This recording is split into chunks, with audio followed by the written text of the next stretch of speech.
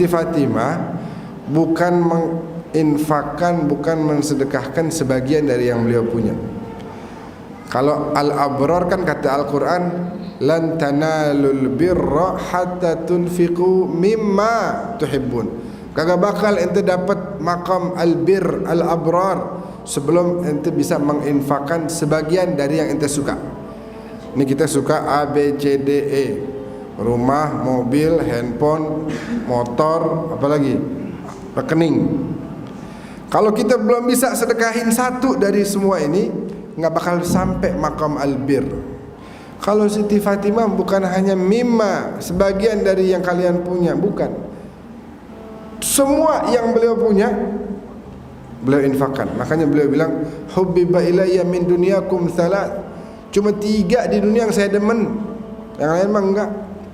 Yang pertama, an-nadharu ila wajhi Rasulillah, ngelihat wajah Nabi, itu saya demen banget, kata Siti Fatimah. Makanya setelah meninggal dunia Nabi, Siti Fatimah terus datang ziarah, diciumin tanah kuburan abahnya. Oh, beliau mendapatkan ujian demi ujian yang enggak ringan.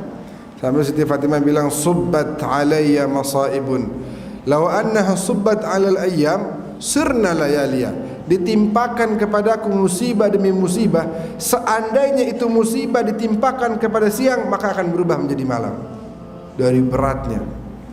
Nah, Siti Fatimah yang pertama ngelihat wajah Nabi. Yang kedua yang beliau suka adalah wa tilawatu kitabillah, baca Al-Quran. Siti Fatimah bahkan beliau sampai bilang kepada Asma, nih saya mau masuk ke kamar nih, ya, saya mau baca Al-Quran, jangan kau masuk ke kamar saya. Saya ingin fokus, karena saya merasa ini hari, bukan hanya hari ini, detik-detik terakhir saya. Nanti kalau kamu udah nggak dengar suara saya baca Al-Quran, biar tahu berarti saya udah nyusul kepada ayah saya menuju ke alam barzakh.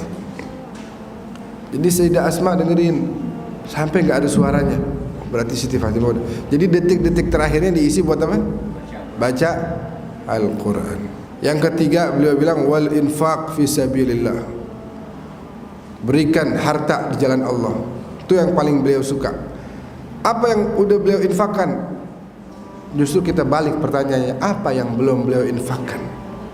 Coba cari, apa coba? Apa coba yang belum beliau infakkan? Harta habis semuanya. Ada sisa duit 1 gitu? Nggak ada. Kalung ada? Nggak ada. Kalungnya yang hadiah dari ibundanya beliau kasih kepada fakir miskin. Satu-satunya yang beliau punya tuh kenangan dari ibunya, kasih, daripada ini orang kelaparan, bagi. Itu lebih saya sukain dibanding saya menjaga nih pemberian ibu saya. Ketika melihat nih orang kenyang bisa makan, itu jauh lebih membuat saya bahagia dibanding saya menjaga ini hati. Apalagi yang beliau nggak infakin, semuanya, waktunya, tenaganya, fikirannya, putra putrinya, semua diinfakkan di jalan Allah, diserahkan hanya untuk Allah. Sampai di hari pernikahannya, pakaian yang mau dipakai untuk nikah juga diinfakkan. Bayangin, bagaimana kalau anak kita mau nikah tuh baju dikasih orang? Kalau nggak kita marahin tuh, emang lu nggak tahu lu, dasar ya, nggak ngerti-ngerti udah dibilangin itu baju buat nikah, bukan buat dikasih orang. Apalagi di hari H tuh, kita lagi siap-siap bajunya nggak ada. Wah, gengsinya tuh yang bicara. Kalau Siti Fatimah dikasih, sampai orang-orang Madinah pada marah tuh, yang perempuan-perempuan, yang ibu-ibu. Duh Fatimah, kenapa begitu sih? Orang mau nikah malah baju dikasih orang. Awas ya, saya aduin kamu sama Nabi, kata ibu-ibu begitu.